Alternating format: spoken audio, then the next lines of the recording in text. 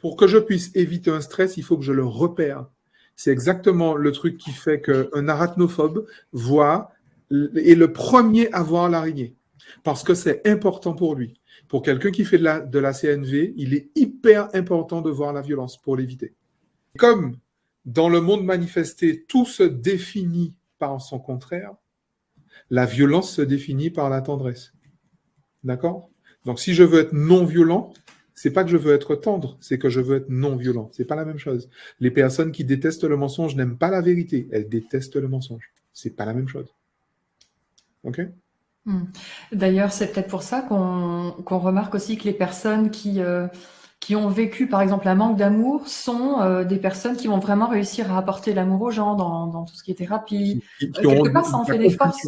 Absolument. Ouais, alors, ça en fait une force, sauf que ça bouffe à l'intérieur, finalement. Et c'est pour ça que tous les thérapeutes doivent passer par là. Parce qu'on est tous, faut pas se leurrer, hein.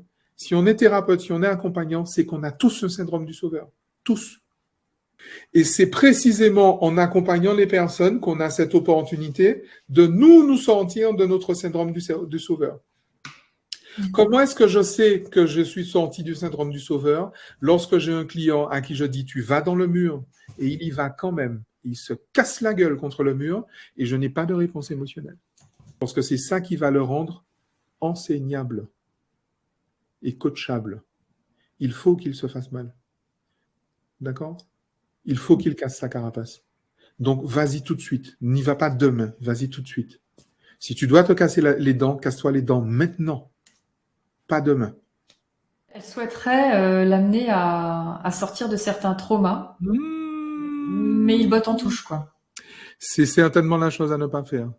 Parce que c'est ton mari, ou ton conjoint, c'est pas ton client, c'est pas ton accompagné.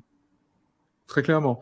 Pour le coup, la question serait de savoir, voilà, j'ai un compagnon, je vis avec quelqu'un qui justement refuse de se faire accompagner. OK? Mais du coup, pourquoi est-ce que moi, je suis avec quelqu'un qui refuse de se faire accompagner? Et donc, voilà, je me fais une grille à moi-même. Encore une fois, la question c'est pas le mari, c'est moi. Puisque c'est moi qui suis marié avec. Donc, je suis en couple avec quelqu'un qui ne veut pas se faire accompagner. Et donc, je ne me fais surtout pas le thérapeute de mon mari. Jamais on fait ça. Peut-être que tu peux développer justement quels sont les risques C'est la position de sauveur, peut-être. À quoi tu l'associes? C'est la position de sauveur et le risque à la fin, c'est surtout la fin du couple. Pourquoi?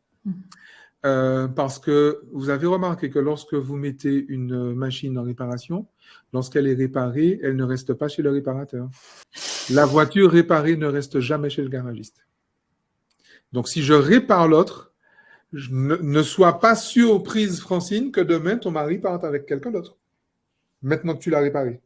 Bon, après, il ne faut pas non plus manquer d'assistance, il y a un minimum. On est d'accord. Mais ce que je veux dire, c'est que c'est précisément à elle, c'est sur elle qu'elle doit faire le boulot. En fait, pas sur son mari.